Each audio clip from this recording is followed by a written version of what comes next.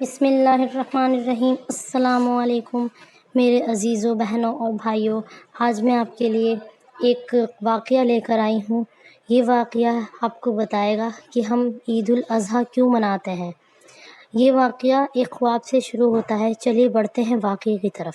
حضرت ابراہیم نے ذی الحج کی 8ویں رات ایک خواب دیکھا جس میں کوئی کہنے والا کہہ رہا تھا، بے شک اللہ تمہیں اپنے بیٹے کو ذبح کرنے کا حکم دیتا ہے۔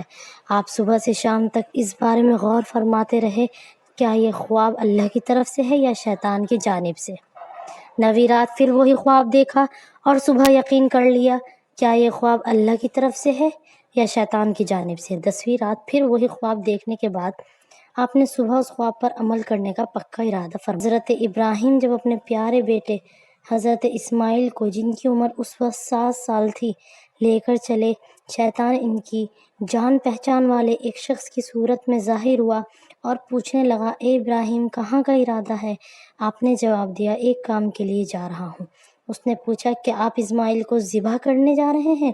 حضرت ابراہیم نے فرمایا، کیا تم نے کسی باپ کو دیکھا ہے کہ وہ اپنے بیٹے کو ذبح کرے؟ شیطان بولا، جی ہاں، آپ کو دیکھ رہا ہوں۔ کیا آپ اسی کام کے لیے چلے ہیں؟ آپ سمجھتے ہیں کہ یہ اللہ نے آپ کو حکم دیا ہے؟ حضرت ابراہیم نے ارشاد فرمایا، اگر اللہ نے مجھے اس بات کا حکم دیا ہے تو پھر میں اس کی فرما برداری کروں گا۔ یہاں سے مایوس ہو کر شیطان حضرت اسماعیل کی امی جان حضرت ہاجرہ کے پاس آیا اور ان سے پوچھا، ابراہیم آپ کے بیٹے کو کہاں لے جا رہے ہیں؟ حضرت ہاجرہ نے جواب دیا، وہ اپنے ایک کام سے گئے ہیں۔ شیطان نے کہا، وہ انہیں ذبح کرنے کے لیے گئے ہیں۔ حضرت ہاجرہ نے فرمایا، کیا تم نے کبھی کسی باپ کو دیکھا ہے کہ وہ اپنے بیٹے کو ذبح کرے؟ شیطان نے کہا، وہ یہ سمجھتے ہیں کہ یہ اللہ کا حکم ہے۔ یہ سن کے حضرت ہاجرہ نے ارشاد فرمایا، اگر ایسا ہے تو انہیں اللہ کی فرما برداری کرنی چاہیے۔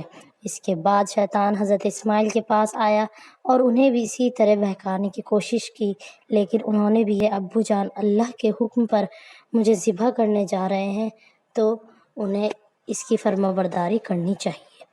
جب شیطان باپ بیٹے کے بہکانے میں ناکام ہوا اور جمرے کے پاس وہ آیا تو حضرت ابراہیم نے اسے 7 کنکریاں ماری۔ کنکریاں مارنے پر شیطان آپ کے راستے سے ہٹ گیا۔ یہاں سے ناکام ہو کر شیطان دوسرے جمرے پر گیا۔ فرشتے نے حضرت ابراہیم سے کہا، اسے ماریے۔ آپ نے اسے 7 کنکریاں ماری، اس نے راستہ چھوڑ دیا۔ اب شیطان تیسرے جمرے کے پاس پہنچا۔ حضرت ابراہیم نے فرشتے کہنے پر ایک بار پھر 7 کنکریاں ماری تو شیطان نے راستہ چھوڑ دیا۔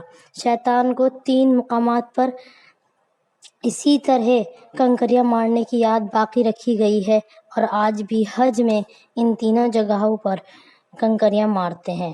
حضرت ابراہیم جب حضرت اسماعیل کو لے کر کوہ صبیر پر پہنچے تو انہیں اللہ کا حکم کی خبر دی، جس کا ذکر، اے میرے بیٹے، میں نے خواب دیکھا، میں تجھے ذبح کرتا ہوں، اب تو دیکھ تیری کیا رائے ہے۔ فرمانبردار بیٹے نے یہ سن کر جواب دیا، اے میرے ابا جان، کیجیے جس بات کا حکم آپ کو ہوتا ہے، خدا نہ چاہے تو قریب ہے کہ آپ مجھے صابر پائیں گے۔ حضرت اسماعیل نے اپنے والد محترم سے مزید عرض کی، ابو جان، ذبح کرنے سے پہلے مجھے رسیوں سے مضبوط باندھ دیجیے تاکہ میں ہل نہ سکوں، کیونکہ مجھے ڈر ہے کہ کہیں میرے ثواب میں کمی نہ ہو جائے، اور میرے خون کی چھینٹوں سے اپنے کپڑے بچا کر رکھیے تاکہ انہیں دیکھ کر میری امی جان غمگین نہ ہوں۔ چھری خوب تیز کر لیجیے کہ میرے گلے پر اچھی طرح چل جائے۔ آپ مجھے ذبح کرنے کے لیے پیشانی کے بال لٹائیے تاکہ آپ کی نظر میرے چہرے پر نہ پڑے، اور جب آپ میری امی جان کے پاس جائیں تو انہیں میرا سلام پہنچا دیجیے گا۔ حضرت ابراہیم نے ارشاد فرمایا، اے میرے بیٹے، تم اللہ کے حکم پر عمل کرنے میں میرے کیسے عمدہ مددگار ثابت ہو رہے ہو۔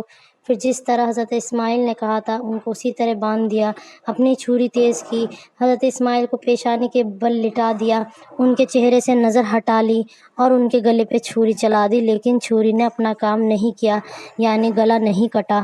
اس وقت حضرت ابراہیم پر وحی نازل ہوئی اور اس وحی میں کہا گیا، اور ہم نے اسے ندا فرمائی کہ اے ابراہیم، بے شک تو نے خواب سچ کر دکھایا، ہم ایسا ہی صلہ دیتے ہیں نیکوں کو۔ بے شک یہ روشن جانچ تھی اور ہم نے ایک برہ ذبیحہ اس کے فدیے میں دے کر اسے بچا لیا۔ حضرت ابراہیم نے جب حضرت اسماعیل کو ذبح کرنے کے لیے زمین پر لٹا دیا تو اللہ کے حکم سے حضرت جبرائیل